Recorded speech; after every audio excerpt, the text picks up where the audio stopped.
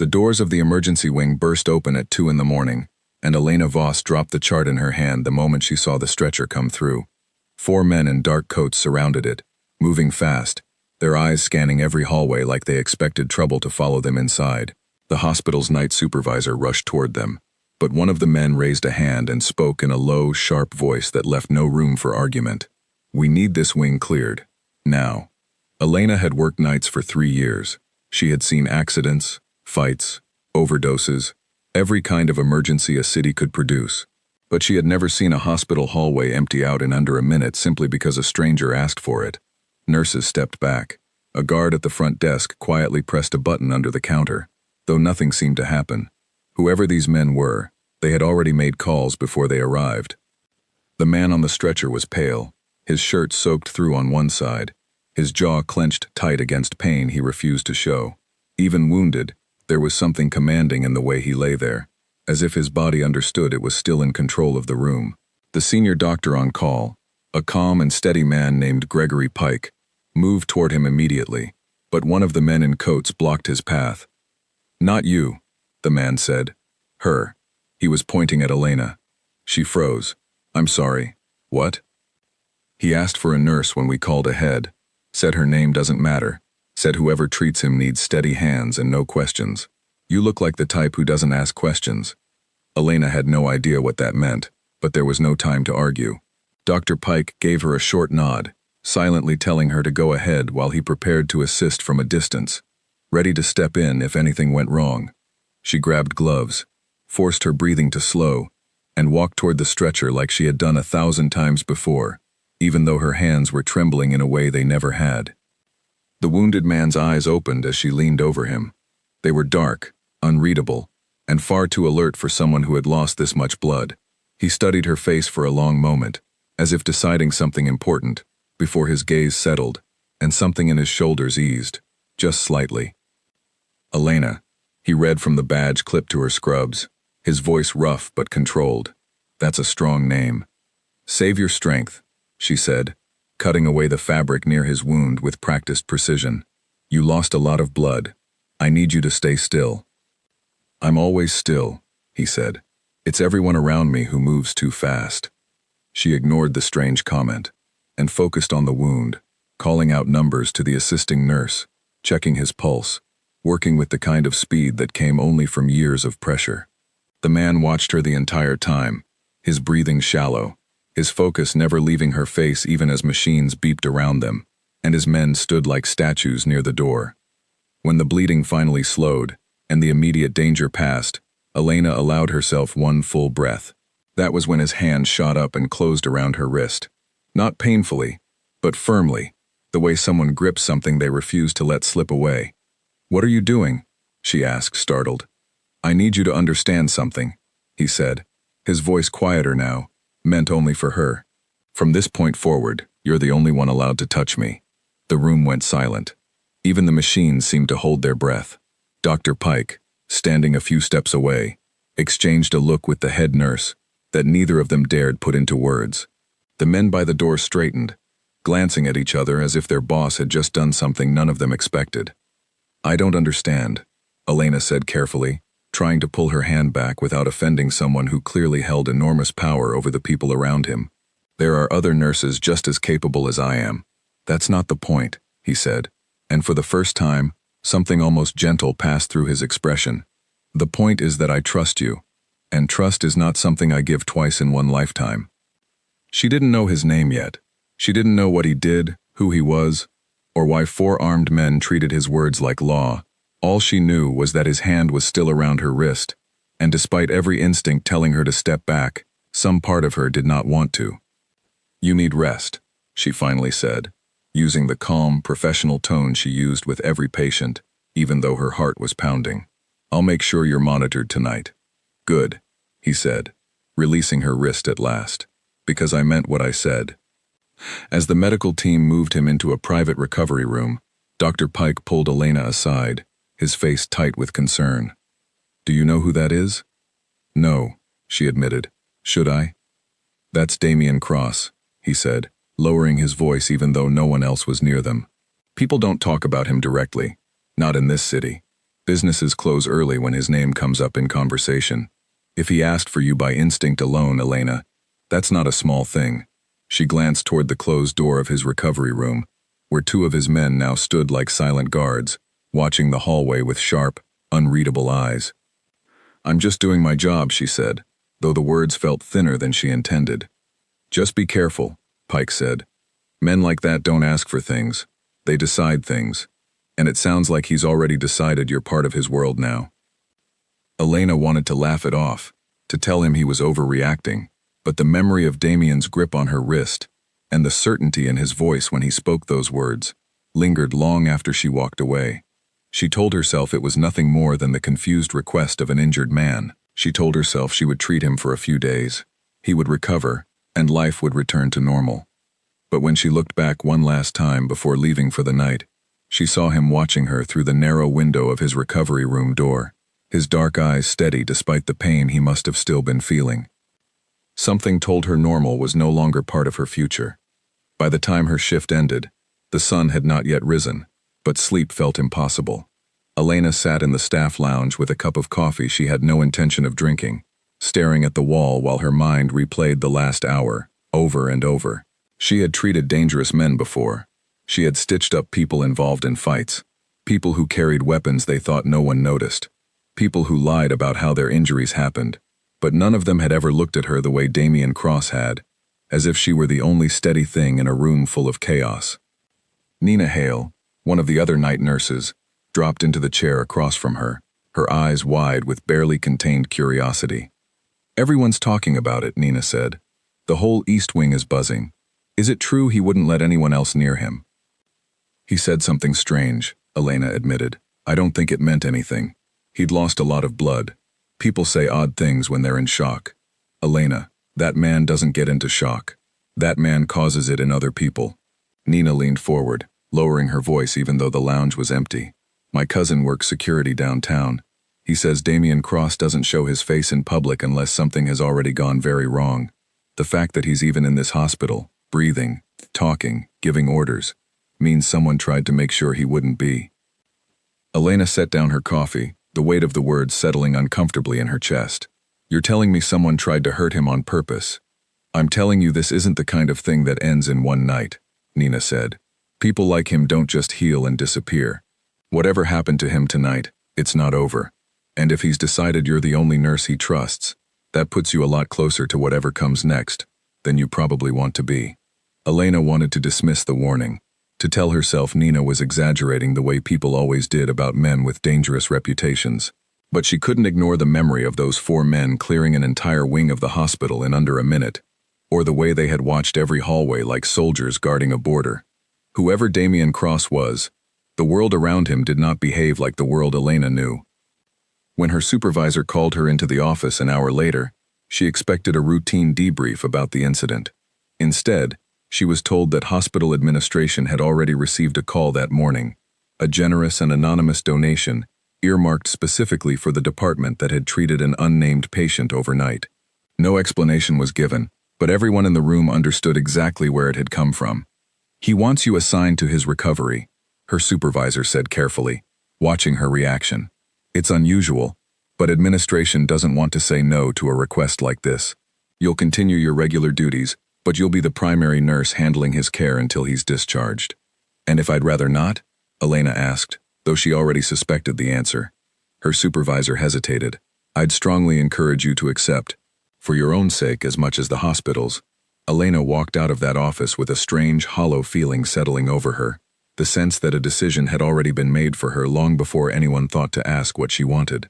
She told herself it was only a temporary assignment, a matter of days until he recovered and moved on with whatever life waited for him outside these walls. She told herself she could keep things professional, distant, controlled.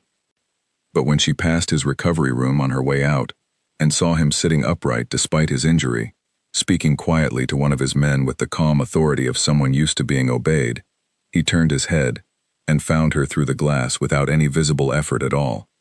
Their eyes met for only a second. It was enough to make her pulse quicken in a way she did not want to examine too closely. She left the hospital that morning with the distinct feeling that whatever had begun in that emergency room the night before was only the first thread in something far larger, something already pulling her in before she had a chance to decide whether she wanted to be part of it at all. 3 days passed before Elena saw him fully awake and alert, sitting up in the private recovery suite that hospital administration had quietly arranged on the top floor, far from curious eyes and wandering visitors. The room looked nothing like a typical hospital space anymore. Fresh flowers had appeared on the windowsill, a small stack of books sat untouched on the side table, and 2 men in dark suits stood outside the door at all times, rotating in shifts like soldiers guarding something far more valuable than a single patient. Elena knocked once before entering, carrying his morning chart and a tray of medication. Damien watched her cross the room with the same steady attention he had shown that first night, though the pain in his eyes had faded into something calmer, more controlled. "You look tired," he said, before she had even spoken a word. "I'm fine," she answered, checking his vitals with practiced efficiency. "You're the one recovering from a serious injury. I've had worse. That's not something to be proud of." A faint smile crossed his face, gone as quickly as it appeared. "No, I suppose it isn't." She adjusted his monitor, careful to keep her movements brisk and professional, the way she had learned to treat every patient, regardless of who they were outside these walls. But something about him made distance difficult to maintain. He watched her the way most patients never did, not with the dazed curiosity of someone bored in a hospital bed, but with quiet, deliberate focus, as if memorizing every detail of how she worked. "You don't ask questions," he said after a while. "Most people would have asked by now who I am, what happened to me, why my men act the way they do. It's not my place to ask," Elena said. "My job is to help you heal. Whatever else is going on in your life isn't something I need to know." That's a very diplomatic answer. It's the truth. He studied her for a long moment, something unreadable passing behind his dark eyes. Most people either want something from me or fear me enough to keep their distance. You do neither. It's refreshing. Elena finished recording his vitals and stepped back, keeping the tray between them like a small, deliberate barrier. "I treat patients, Mr. Cross. That's all this is." "Damien," he corrected. "If you're the only one allowed to touch me, you should at least use my first name." She ignored the comment, though her cheeks warmed slightly, despite her best effort to stay composed. Over the following days, a strange rhythm developed between them. Each morning she checked his vitals, changed his dressing, and monitored his recovery with careful precision, and each morning he found small ways to draw her into conversation, asking about her work, her years at the hospital, the reasons she had chosen nursing in the first place. He never asked about her personal life beyond that, never pushed for details she wasn't willing to give, but the questions themselves felt different from ordinary small talk. They felt like a man carefully building a picture of someone he intended to know for a long time. On the 5th day, as she changed the dressing over his wound, he spoke without warning, his voice quieter than usual. "I grew up in a house where trust got people killed," he said. "My father taught me that the moment you let someone matter to you, you've given them the power to destroy you. I believed that for most of my life." Elena paused, her hands still for a moment, before continuing her work. "That sounds like a lonely way to live." "It is," he admitted, "but it's also the only way I've survived this long." "And now?" she asked carefully, unsure why she wanted to know the answer. "Now I'm sitting in a hospital bed, letting a woman I met 3 days ago change my bandages while the rest of my organization waits outside that door for instructions I haven't given them yet." He looked at her steadily. "I don't have an explanation for that. I only know it feels different than anything I've allowed myself to feel before." The room fell silent, filled only with the quiet hum of the monitors beside his bed.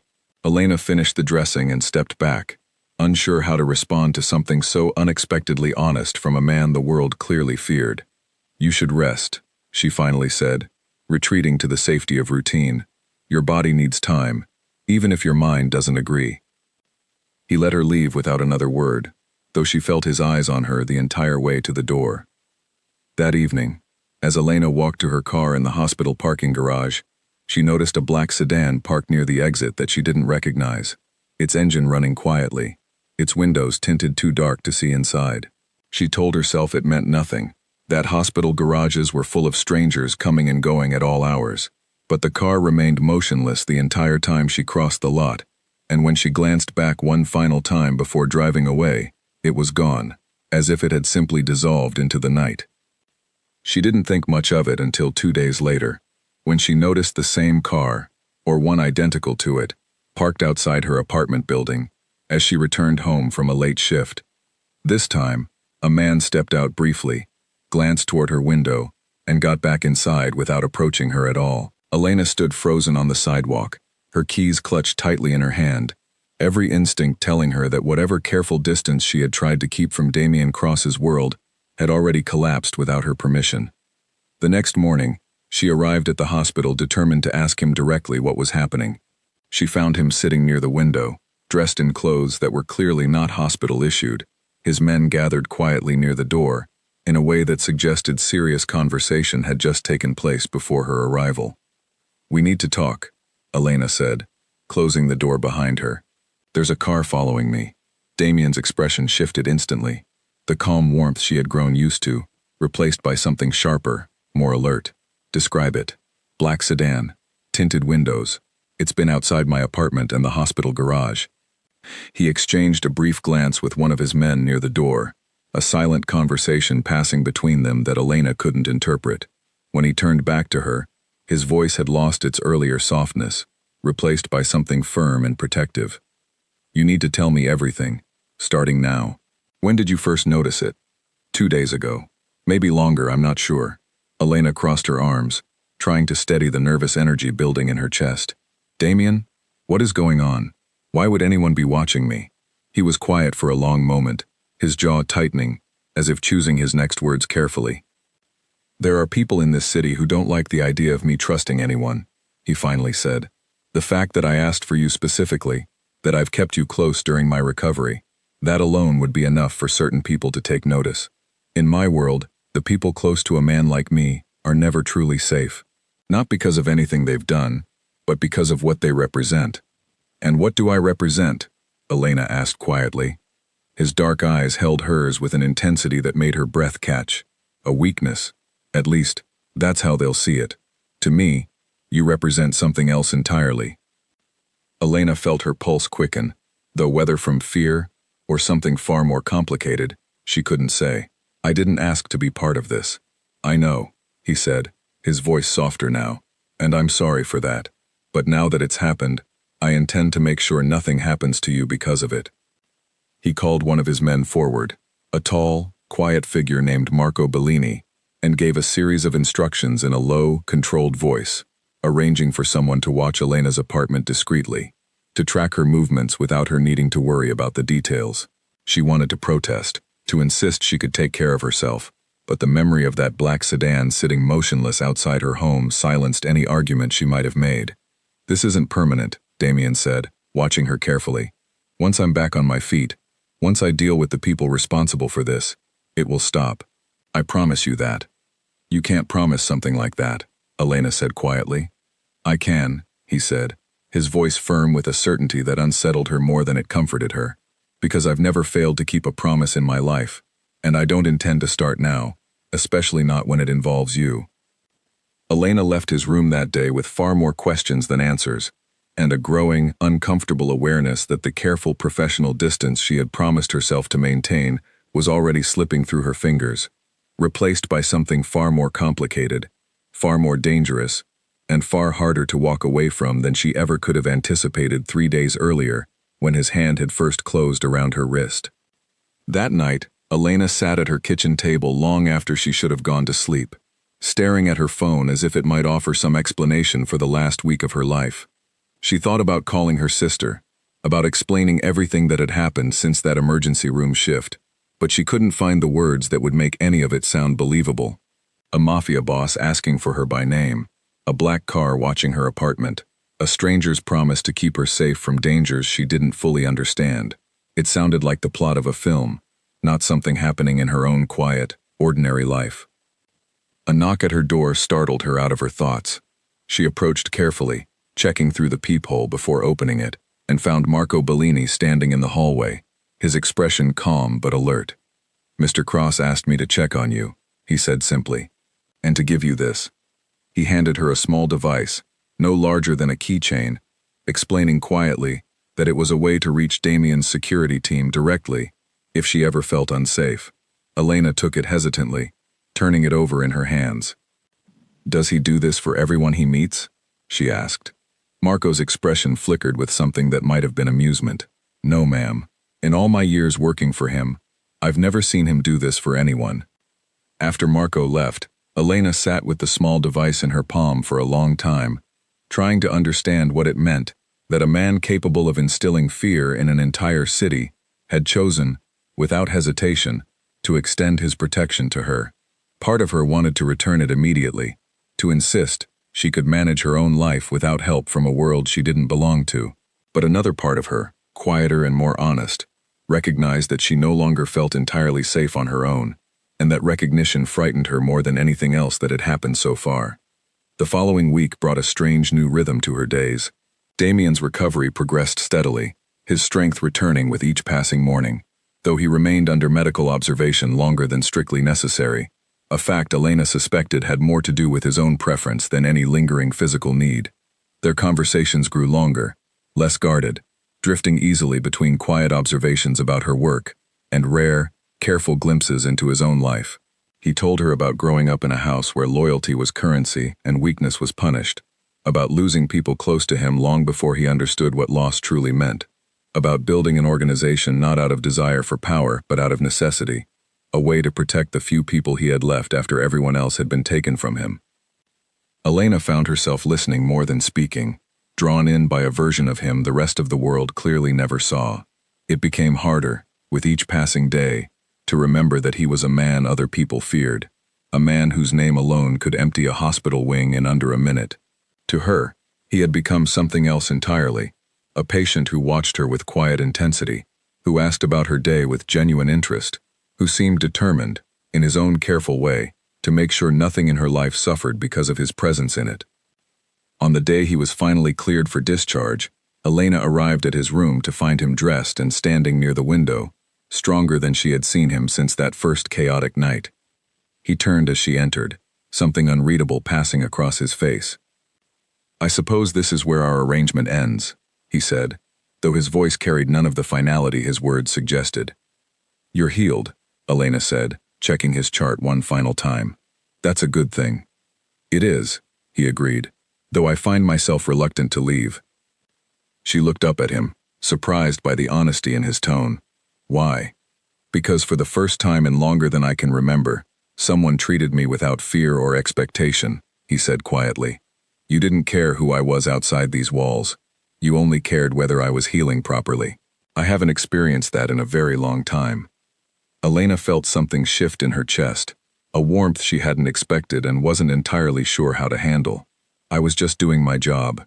"Perhaps," he said, stepping closer, close enough that she could see the sincerity in his dark eyes. "But it meant more to me than you realize, and I don't intend to let that end, simply because I'm no longer confined to this room."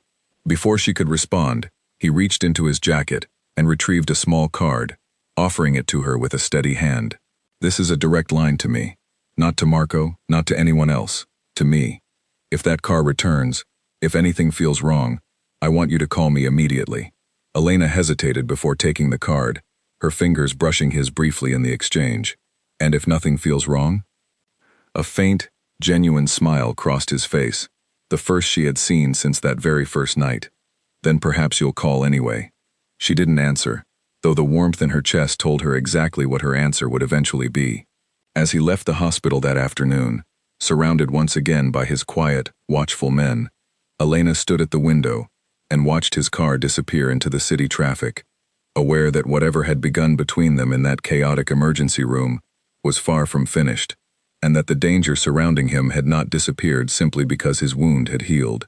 If anything, she suspected, the most difficult part of this story was only just beginning. 2 weeks after Damien's discharge, Elena told herself repeatedly that her life had returned to normal, even as small, undeniable signs suggested otherwise. The black sedan never reappeared outside her apartment, though she still found herself glancing toward the street each night out of habit. The small device Marco had given her sat in her bedside drawer, untouched but never far from her thoughts. And more than once each week, a message would arrive from an unfamiliar number, always signed simply with his name, asking nothing more than how her day had gone. She told herself these were harmless exchanges, nothing more than a grateful patient checking in with the nurse who had cared for him. But the messages grew more frequent, more personal, and Elena found herself responding faster than she probably should have, smiling at her phone in quiet moments between patients, in a way that colleagues began to notice. "You've been different lately," Nina said one afternoon, catching Elena checking her phone for the third time in an hour. "Good different, though, like you're carrying a secret you actually enjoy having." "It's nothing," Elena said, though her cheeks warmed slightly. "It's the Mafia boss, isn't it?" Elena nearly dropped the chart in her hands. "Nina, I'm not judging," Nina said, raising her hands in mock surrender. "I'm just saying, the whole hospital watched that man refuse treatment from anyone but you. People don't forget things like that. And now you're smiling at your phone like a teenager. Connect the dots, Elena." "There's nothing to connect," Elena insisted, though even she could hear how unconvincing the words sounded. "He's a former patient. We talk sometimes. That's all." Nina raised an eyebrow but let the subject drop, though Elena suspected the conversation wasn't truly finished, only postponed. She spent the rest of her shift trying to focus on her work, trying to push aside the strange, persistent warmth that settled in her chest each time Damien's name appeared on her phone screen. She reminded herself, again and again, of everything Dr. Pike had warned her about that first night, of everything Nina had said about men who didn't ask for things, but decided them instead. She reminded herself that whatever Damien Cross felt for her, however genuine it seemed, existed within a world defined by danger, secrecy, and consequences she barely understood. None of it stopped her from agreeing, 3 days later, when he asked if she would meet him for dinner. The restaurant he chose was quiet, tucked away on a side street Elena had never noticed, despite living in the city for years, the kind of place that clearly operated by reputation, rather than visible signage. Damien was already seated when she arrived, standing immediately as she approached the table, a gesture so simple and old-fashioned it caught her off guard. "You came," he said, something like relief passing briefly across his face. "I said I would," Elena replied, taking the seat across from him. "Though I'll admit, part of me expected another black car to show up and change my mind." His expression sobered slightly. "That situation is being handled. I wouldn't have invited you here if I thought there was any risk involved tonight." "Handled how?" she asked, unable to stop the question before it left her mouth. Damien studied her for a moment, weighing how much to share. "There's a rival family in this city, one that's grown increasingly bold in recent months. The attack that put me in your hospital wasn't random. It was a message, an attempt to weaken my position before they moved against my organization more directly. The car outside your apartment was their way of letting me know they were aware of you." Elena felt a chill settle over her despite the warmth of the restaurant. "Aware of me how?" "They know I've never allowed anyone close in the way I've allowed you close," he said quietly. "In my world, that kind of information becomes a weapon. They wanted to see if threatening you would provoke a reaction from me. Did it?" His dark eyes held hers steadily. "It made me realize how much I already had to lose, and that's not a feeling I'm accustomed to." The rest of dinner passed in a strange, careful balance between comfort and tension, Elena finding herself drawn deeper into conversation with him, even as every rational part of her mind insisted she should be more cautious. He asked about her family, her childhood, the reasons she had chosen a career built around caring for people at their most vulnerable. Found herself sharing details she rarely discussed with anyone, comforted by the quiet, unwavering attention he gave every word she spoke. It was during dessert, as the restaurant had grown quiet around them, that Damien reached across the table and covered her hand with his touch gentle, despite the strength she knew he carried. "I need you to understand something," he said, his voice low and serious. "What I feel for you isn't something I planned or expected. I've spent my entire life keeping people at a careful distance, believing that closeness only creates vulnerability. But since that night in the hospital, I haven't been able to convince myself of that the way I used to." Elena's breath caught in her throat. "Damien, your life is dangerous. People are watching you. People are watching me now because of you. I don't know if I can be part of something built on that kind of risk." "I won't pretend the risk isn't real," he said, "but I also won't pretend I'm willing to walk away from this simply because it complicates my life. You make me want to be a better, more careful version of the man I've become." That's not something I'm willing to lose over fear. She didn't have an answer for him that night, though she didn't pull her hand away either, and the walk to her car afterward passed in a comfortable, charged silence that told her more about her own feelings than she was ready to admit out loud. The uneasy peace lasted only a few more days. Elena was leaving the hospital late one evening, exhausted after a long shift, when a woman she didn't recognize approached her in the parking garage, stepping out from behind a support column with a calm, deliberate confidence that immediately set Elena on edge. "Elena Voss," the woman said, her tone pleasant but cold. "I've heard so much about you." "I'm sorry. Do I know you?" Elena asked, her hand instinctively tightening around her keys. "Not yet," the woman said, stepping closer. "My name is Claire Dunn. I work for someone who has a great deal of interest in Damien Cross's recent choices, specifically, his choice to keep you close." Elena's pulse quickened, every instinct urging her to back away, though something about the woman's calm demeanor kept her rooted in place. "I don't know what you want from me. I want you to understand your position," Claire said simply. "Damien Cross has built his entire life around never allowing weakness. You are, whether you realize it or not, a weakness now, and weaknesses have a way of becoming targets in our world." "Is that a threat?" "It's a warning," Claire corrected, her voice never losing its unsettling calm. "Consider it a courtesy, one soft-spoken woman to another. Walk away from him now, while you still can, and none of this needs to touch your life any further." Before Elena could respond, Claire turned and walked away, disappearing into the shadows of the parking garage as quickly and quietly as she had appeared. Elena stood frozen for several long minutes, her heart pounding, her mind racing through everything Damien had told her about the danger surrounding him. She called him the moment she reached her car, her voice shaking as she recounted the encounter. His response was immediate and sharp, a side of him she hadn't heard before, controlled fury simmering beneath every carefully chosen word. "Stay exactly where you are," he said. "Don't move. Marco is already on his way." "Damien, who was that woman? What does she want?" "She works for Victor Marsh," he said, his voice tight. "He's the head of the family responsible for the attack that put me in your hospital. If he's sending people to approach you directly, it means he's escalating things faster than I anticipated." "What does that mean for me?" Elena asked, her voice smaller than she wanted it to be. There was a heavy pause before he answered. "It means I made a mistake keeping you this close, without ensuring your safety was absolute. And it means that mistake ends tonight." Marco arrived within minutes, escorting Elena to a car waiting nearby, explaining in calm, measured tones that she would be staying somewhere secure for the time being, at least until the situation could be properly addressed.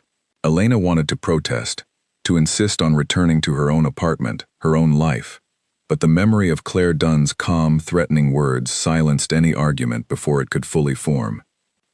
As the car pulled away from the hospital, Elena stared out the window at the city passing by, aware that whatever fragile boundary she had tried to maintain between her ordinary life and Damien's dangerous world had finally, completely collapsed. There was no controlling the direction things were moving now, no pretending she could simply step back to the quiet, predictable existence she had known before that chaotic night in the emergency room. She was in this now, fully and undeniably, and the only question left was whether she and Damien could survive whatever came next. The safe house Marco brought her to was nothing like Elena expected. A modest, quiet home on the edge of the city, surrounded by tall trees and a security system so discreet she barely noticed it until Marco pointed out the cameras hidden along the fence line. 2 guards remained stationed outside at all times, though they kept a respectful distance, never intruding on the small measure of privacy she had left. Damien arrived just after midnight, his expression tense in a way Elena hadn't seen since that first chaotic night in the hospital. He crossed the room the moment he saw her, his hands gently cupping her face as he searched her eyes for any sign of harm. "Are you hurt? Did she touch you?" "I'm fine," Elena said, though her voice trembled slightly. "She just talked to me, that's all." Relief passed briefly across his face, before hardening back into something firmer, more controlled. "That's more than enough. Victor Marsh doesn't send people to simply talk. He sends people to test boundaries, to see how far he can push before I respond." "And how are you going to respond?" Elena asked, searching his face for answers. Damien was quiet for a long moment, his jaw tightening as he considered his next words carefully. I'm going to make sure he understands, clearly and permanently, that you are not a boundary he's allowed to test. Not now, not ever. Damien, I don't want you doing anything that puts you at greater risk, Elena said, stepping closer, her hand resting against his chest. I don't want to be the reason something happens to you. You're already the reason I've started thinking differently about my own life, he said quietly, covering her hand with his own. For years, I told myself protecting my organization was the only thing that mattered. Now I find myself far more concerned with protecting you, and I'm not willing to apologize for that. They sat together in the quiet living room of the safe house long into the night, Elena finally allowing herself to ask the questions she had avoided since that very first evening in the emergency room. She learned more about the fragile, complicated balance of power that defined his world, about the constant vigilance required to maintain control over an organization built on loyalty and fear in equal measure. She learned that Victor Marsh had been a rival for years, patient and calculating, waiting for the right moment to strike at Damien's carefully built empire. Why now? Elena asked. Why did he choose this moment to attack you? Because I've been distracted, Damien admitted, his voice quiet with something close to regret. Since the night I met you, my focus hasn't been entirely where it should have been. Victor noticed the shift before I did. He's always been good at spotting weakness. I'm not a weakness, Elena said firmly, surprising herself with the certainty in her own voice. A faint smile crossed Damien's face, tired but genuine. No, you're not. But to men like Victor Marsh, anything capable of changing my priorities looks exactly like one. I intend to prove him wrong. As dawn approached and exhaustion finally settled over both of them, Damien arranged for Elena to remain at the safe house for the foreseeable future, promising to visit as often as his responsibilities allowed, while his people worked to identify and neutralize the growing threat from Victor Marsh's organization. Elena resisted the idea of hiding away from her own life, but the memory of Claire Dunn's calm, unsettling warning kept her from arguing too strongly against the arrangement. In the days that followed, a strange new routine settled over her temporary life. She continued her hospital shifts under careful, discreet protection. Marco or another of Damien's men always nearby without drawing unwanted attention. Damien visited whenever he could, sometimes only for a few quiet minutes between meetings, other times staying long enough to share a meal or simply sit beside her in comfortable silence. Each visit deepened something between them that neither of them tried to deny any longer, even as the danger surrounding their connection grew more pronounced with each passing day. It was during one of these visits, nearly a week after the parking garage confrontation, that Marco entered the safe house, with news that immediately shifted the calm atmosphere into something far more serious. We found where Claire Dunn is operating from, he said, his expression grim. Victor's people have been watching this location for the past 2 days. They know exactly where she's been staying. Damien's expression darkened instantly. How long? Long enough that they likely know her schedule, her routines, everything they need to plan their next move. Elena felt her stomach tighten with fear, though this time the fear wasn't only for herself. What happens now? Damien turned to her, his expression a careful mixture of determination and something softer, something that looked almost like an apology. Now I make sure Victor Marsh understands, without any room for misinterpretation, that this ends here. I won't let him use you to reach me, and I won't let him threaten what little peace we've managed to build. Damien, please be careful, Elena said, gripping his hand tightly. Whatever you're planning, please don't do anything that puts you in more danger than you're already in. He pressed a gentle kiss against her forehead, his voice steady with quiet reassurance, despite the seriousness of the moment. I've survived worse than Victor Marsh, Elena, but for the first time I have something worth surviving for. That changes everything about how carefully I intend to move. As he left the safe house that evening, flanked by his most trusted men, Elena watched from the window with a heavy, uncertain feeling settling over her chest. She understood now, more clearly than ever before, exactly how deep she had fallen into a world she never expected to be part of. There was no walking away now, no returning to the quiet, predictable life she had known before that first chaotic night in the emergency room. Whatever happened next would determine not only her future, but Damien's as well, and the only thing she could do was wait, hope, and trust that the man who had once told her she was the only one allowed to touch him would find a way to keep both of them safe from the storm closing in around them. The following days passed with an unbearable slowness, each hour stretching longer than the last, as Elena waited for news, any news, about what Damien intended to do about Victor Marsh. Marco remained at the safe house more often now, a quiet, steady presence who answered her questions carefully, but never with the full details she wanted. She understood, on some level, that he was protecting her from the weight of knowing too much, but the not knowing felt heavier than any truth could have been.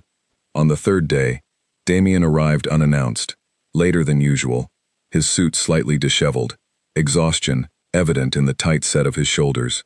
Elena rose immediately from the couch where she had been pretending to read the same page of a book for nearly an hour. "What happened?" she asked, crossing the room toward him. "We located Victor's primary operation," Damien said, dropping into a chair with a tiredness that seemed to reach deeper than physical fatigue. "We're close to ending this permanently, but he's grown desperate, and desperate men make dangerous decisions." Elena knelt beside his chair, taking his hands in hers. "What kind of dangerous decisions?" Damien hesitated, clearly weighing how much to share, before finally meeting her eyes. "He's threatened to move directly against you if I don't back down from the territory I've reclaimed this week. He knows I won't compromise on that, which means he's likely planning something soon." Fear settled cold and heavy in Elena's chest, though she forced her voice to remain steady. "Then let him have the territory. I don't care about that. I care about you staying safe, about both of us staying safe." "I can't do that," Damien said gently but firmly. "If I back down now, it won't stop with territory. It will confirm every weakness he suspects, and he'll keep pushing until there's nothing left to protect, including you. The only way through this is forward, not backward." Elena wanted to argue, wanted to insist there was another way, a safer path that didn't involve confrontation with a man capable of the kind of violence that had already touched both their lives. But she saw the unwavering certainty in Damien's eyes, the same certainty she had seen that first night in the hospital, when he had gripped her wrist and declared she was the only one allowed to touch him. This was a man who did not back down, who had built his entire life around meeting danger directly, rather than hiding from it. "Then let me help," she said instead, surprising even herself with the offer. Damien's expression softened, though he shook his head slowly. "Elena, this isn't something you can help with. This is my world, my responsibility. I won't put you in more danger than you're already facing." "I'm already in danger," she said firmly. "Hiding in this house doesn't change that. If there's anything I can do to help end this faster, to help keep you safe, I want to do it." He studied her for a long moment, something like admiration passing through his tired eyes. "There might be something," he said slowly. "Victor believes you're simply a vulnerability, someone with no real understanding of the world he operates in. If we let him believe that a little longer, it might create an opening we can use to our advantage." "What kind of opening?" "A meeting," Damien said carefully. "Arranged under controlled circumstances, heavily protected, designed to draw Victor into a position where we can finally resolve this without further escalation. It would require you to be present, at least briefly, to convince him the plan is exactly what it appears to be." Elena felt fear tighten in her chest again. But beneath it, something steadier had begun to take root, a quiet determination she hadn't expected to find in herself. "Tell me what I need to do." Over the following 2 days, Damien's team worked meticulously to prepare for the meeting, every detail planned with careful precision, every possible risk accounted for and countered. Marco walked Elena through the plan repeatedly, ensuring she understood exactly where she needed to be, what she needed to say, and most importantly, when she needed to step back and let Damien's people handle the rest.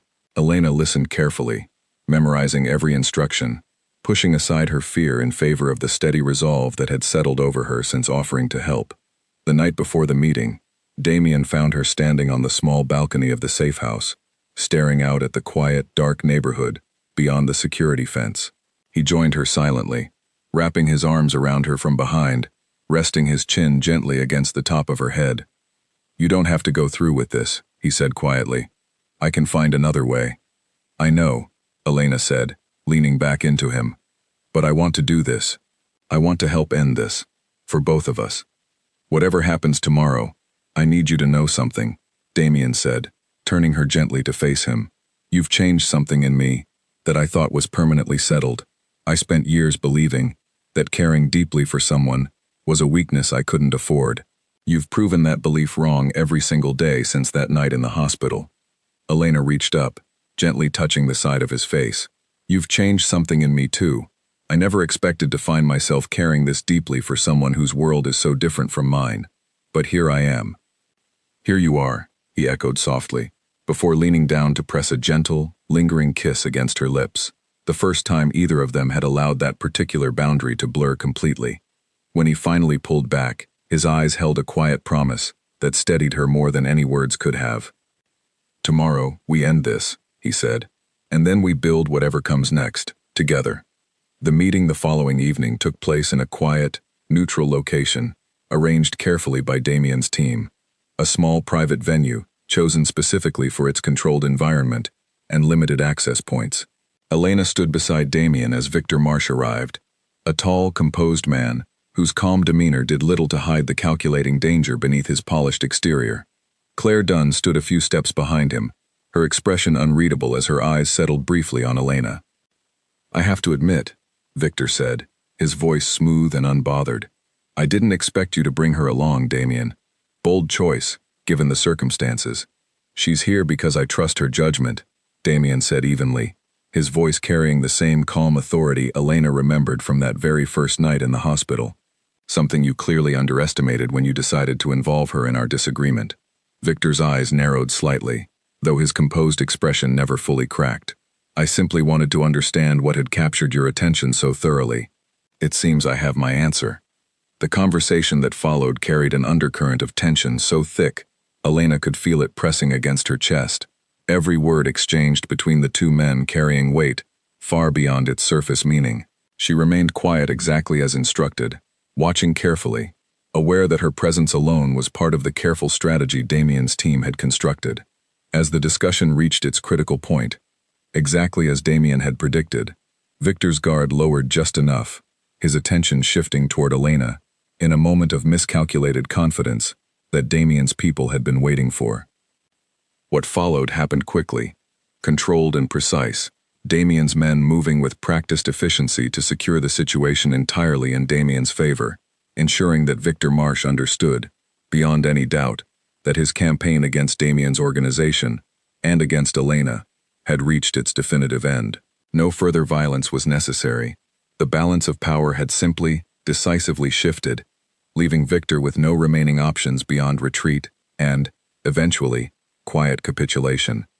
As the tense evening finally concluded, and Victor's car pulled away into the night, Damien turned to Elena, relief and something deeper passing across his features. It's over, he said quietly, pulling her into his arms. Whatever happens next, it's finally over. Elena held onto him tightly, the fear and tension of the past weeks finally beginning to release from her shoulders. Are you certain? I am, he said, pressing a gentle kiss against her forehead. Victor Marsh understands now exactly what he's up against, if he ever considers threatening either of us again. That understanding will keep him at a distance far more effectively than any threat I could have made. For the first time since that chaotic night in the emergency room, Elena allowed herself to believe that the danger surrounding them had genuinely begun to fade, replaced instead by the quiet, steady promise of whatever future she and Damien intended to build together. The weeks that followed brought a quiet, unfamiliar peace into Elena's life, though adjusting to it proved harder than she expected. She returned to her apartment, no longer needing the constant protection of the safe house, though Marco still checked in periodically, a habit Damien insisted on maintaining, regardless of how settled things appeared. Her shifts at the hospital continued as before, the routine familiar and grounding after weeks of uncertainty, though her colleagues noticed the change in her almost immediately. You seem lighter, Nina observed one afternoon, watching Elena laugh genuinely at something for the first time in weeks. Whatever happened, it seems like it worked out. It did, Elena said simply, unwilling to share the full details even with someone as close as Nina. Some things, she had learned, needed to remain carefully guarded, protected the same way Damien protected everything and everyone that mattered to him. Damien visited often during those weeks, though his visits carried a different energy than before, lighter, less burdened by the constant threat that had once shadowed every conversation between them.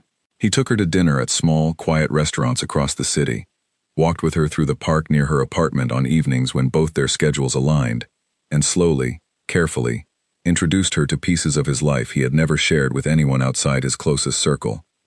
One evening, he brought her to a modest house on the outskirts of the city, explaining quietly that it had belonged to his mother before her passing years earlier, one of the few places in his life untouched by the demands of his current position.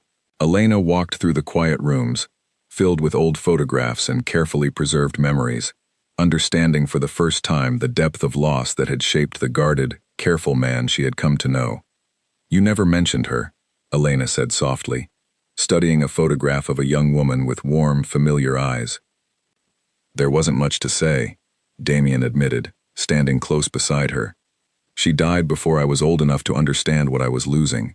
My father built the life I inherited, but she was the only person who ever made that life feel like it had room for softness. I suppose that's part of why I kept people at a distance for so long. It felt safer than risking that kind of loss again." Elena reached for his hand, understanding settling over her with quiet clarity. "And now? Now I've found someone who reminds me that softness isn't always a weakness," he said, turning to face her fully. "You've shown me that trusting someone completely doesn't have to end in loss. It can be the very thing that makes surviving this life worthwhile." Elena felt tears gather unexpectedly in her eyes, moved by the rare vulnerability in his voice. "Damien, I never expected any of this when I walked into that emergency room weeks ago. I never expected to fall for someone whose life looks nothing like mine." "Neither did I," he admitted, pulling her gently into his arms. "But I've learned that some things, no matter how unexpected, are worth building a life around." They stood together in the quiet house for a long time, wrapped in a comfortable silence that spoke louder than any words could have. Outside, the city moved on unaware. The danger that had once threatened to tear them apart now settled into a distant, manageable memory, rather than an ever-present shadow over their lives. As autumn settled over the city weeks later, Damien arranged a quiet dinner at his own home, a place Elena had visited only a handful of times since Victor Marsh's retreat, still adjusting to the idea that this careful, guarded man had opened his private world to her so completely. The evening felt different from the start, an undercurrent of nervous energy running beneath Damien's usually composed demeanor that Elena couldn't quite place. "Is everything all right?" she asked, watching him carefully throughout dinner. "Everything is fine," he said, though his hands weren't quite as steady as usual. "I've simply been thinking about the future, about what I want it to look like." "And what do you want it to look like?" Elena asked gently. Damien set down his glass, meeting her eyes with the same steady intensity she remembered from that very first night in the hospital, though softened now by weeks of trust, carefully built between them. "I want it to look like this. Quiet dinners, shared mornings, a life built around something real instead of constant vigilance and fear. I want it to include you, completely and permanently, if you're willing to accept a life that will never be entirely free of complications." Elena felt her heart swell with an emotion too large to fully contain. "Damien, are you asking what I think you're asking? I'm asking if you're willing to build a future with a man who will spend every day proving himself worthy of the trust you've given him," Damien said quietly. "I'm asking if the woman who once told me she was simply doing her job might consider doing considerably more than that for the rest of our lives." Tears gathered in Elena's eyes as she reached across the table for his hand, her answer clear in her expression long before she spoke the words aloud. "Yes. Completely and permanently, yes." The relief and joy that spread across Damien's face in that moment was unlike anything Elena had seen from him before, a rare, unguarded happiness that reminded her just how far they had both come since that chaotic night when his hand had first closed around her wrist. Whatever challenges remained ahead, whatever complications his world would inevitably bring into their shared future, Elena understood now, with complete certainty, that she was exactly where she was meant to be.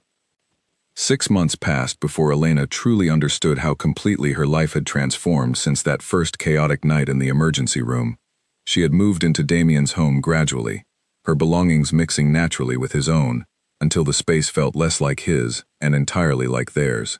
The hospital remained a constant in her life, her work as fulfilling as ever, though she noticed subtle changes in how her colleagues treated her, a quiet respect mixed with curiosity that she had grown accustomed to managing with careful, practiced grace.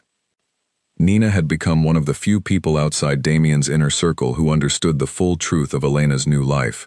Sworn to secrecy but endlessly supportive, often teasing Elena about the security detail that occasionally lingered near the hospital entrance during her shifts. "You know," Nina said one morning, watching one of Damien's men wait patiently near the parking garage, "most women complain about overprotective boyfriends. You get an entire security team." "It has its moments," Elena admitted, smiling despite herself, "though I've learned to appreciate the peace of mind more than I expected to." The peace, however, came with its own quiet complications. Damien's world never fully disappeared, regardless of how settled their personal life had become. There were still late-night meetings that pulled him away without explanation, still careful conversations conducted in hushed tones with Marco and other trusted associates, still moments when Elena caught a flicker of the guarded, calculating man she had first met, hidden just beneath the warmth he now showed her so openly. She had learned, over these months, to accept that duality as part of the man she loved, understanding that the very qualities that made him dangerous to his enemies were the same qualities that made him fiercely protective of everyone he considered family. It was on a quiet Sunday morning, months after his proposal, that Damien sat her down in their kitchen, with an expression she hadn't seen since Victor Marsh's retreat, serious and deliberate. "There's something I need to tell you," he said, reaching for her hand across the table. "Victor Marsh has been quiet for months, exactly as we hoped. But quiet doesn't always mean finished. My people received information recently, suggesting he's been rebuilding, slower and more careful than before, likely preparing for one final attempt to reclaim what he lost." Elena felt a familiar tightness settle in her chest, though it arrived with less panic than it once would have, tempered now by months of trust in Damien's ability to navigate exactly these kinds of threats. "What does that mean for us?" "It means I intend to handle this permanently, before our wedding, before we bring any more complications into the life we're building together," Damien said firmly. "I won't let Victor Marsh's ambitions cast a shadow over our future any longer than absolutely necessary." "Damien, I trust you," Elena said, squeezing his hand gently. "But I need you to promise me something in return. Promise me you'll be careful. Promise me you won't take unnecessary risks. Not now. Not when we have so much ahead of us to look forward to." He brought her hand to his lips, pressing a gentle kiss against her knuckles, his dark eyes steady with quiet reassurance. "I promise. Whatever I do, I'll do it with our future firmly in mind. Nothing matters more to me than making sure we get to build the life we've planned together."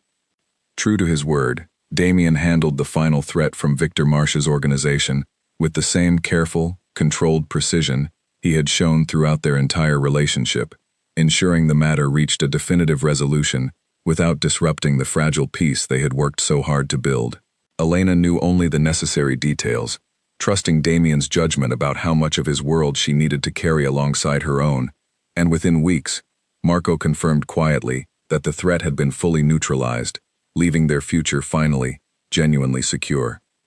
Their wedding took place on a clear autumn afternoon, small and intimate, held in the garden of Damien's mother's house, the same quiet property where he had first shared the story of his childhood months earlier. Nina stood among the small gathering of guests, dabbing at her eyes throughout the ceremony, despite her earlier teasing about Elena's unusual circumstances. Marco stood close by Damien's side, his usually stoic expression softened by genuine happiness for the man he had served loyally for years. As Elena walked toward Damien beneath the carefully arranged flowers, she found herself thinking back to that chaotic first night, to the moment his hand had closed around her wrist and changed the entire direction of her life. She had never imagined, standing in that emergency room treating a wounded stranger, that she would end up here, months later, choosing to spend the rest of her life with a man the world feared, but she had come to know as gentle, protective, and unwaveringly devoted. "I never thought I'd find myself here," Damien said quietly as they exchanged their vows, his voice carrying an emotion Elena had rarely heard from him. "I spent years believing love and trust were luxuries someone in my position couldn't afford. You proved that belief wrong every single day since the moment you walked into my hospital room and refused to be intimidated by everything surrounding me. I never expected to fall in love with a man capable of clearing an entire hospital wing just by walking through the door," Elena said, smiling through her own emotion. "But I'm endlessly grateful I did. You've shown me a kind of loyalty and devotion I never knew existed, and I intend to spend the rest of my life matching it." As they exchanged their final vows and the small gathering of guests celebrated around them, Elena allowed herself a quiet moment to simply breathe in the happiness of the day, the culmination of a journey that had begun with fear and uncertainty, and ended with a love deeper and more genuine than she had ever imagined possible. In the years that followed, Elena continued her work at the hospital, though her role gradually shifted toward training and mentoring newer nurses, sharing the calm, steady expertise that had first caught Damien's attention on that unforgettable night. Damien's organization settled into a quieter, more stable era, the constant threat of rival attacks fading into a distant memory, as his reputation for careful, decisive leadership solidified his position beyond serious challenge. Their home remained a sanctuary from the demands of his world, a place where quiet dinners and shared mornings mattered far more than the power and fear that defined his public reputation. Marco remained a constant, trusted presence in their lives, eventually becoming as close as family, often joining them for quiet dinners and small celebrations that Elena had once assumed would never be part of a life connected to someone like Damien Cross. Looking back, Elena often marveled at how a single, chaotic night in the emergency room had reshaped the entire course of her life, transforming her from a dedicated but ordinary nurse into the one person a feared and powerful man trusted completely. She thought sometimes of that first moment his hand had closed around her wrist, of the certainty in his voice as he declared she was the only one allowed to touch him, and she understood now, with the clarity that only time and genuine love could provide, that those words had never been about possession or control. They had been a promise, quietly and imperfectly made by a man unaccustomed to trusting anyone, a promise that he had spent every day since working faithfully to keep. And as she looked at the life they had built together, filled with quiet mornings, genuine laughter, and a love neither of them had expected to find, Elena knew without any doubt that she would make the same choice again, every single time, no matter how uncertain that first chaotic night had felt. Their story, born from danger and uncertainty, had become something far more enduring, a life built on trust, loyalty, and a love strong enough to withstand everything the world had tried to use against it.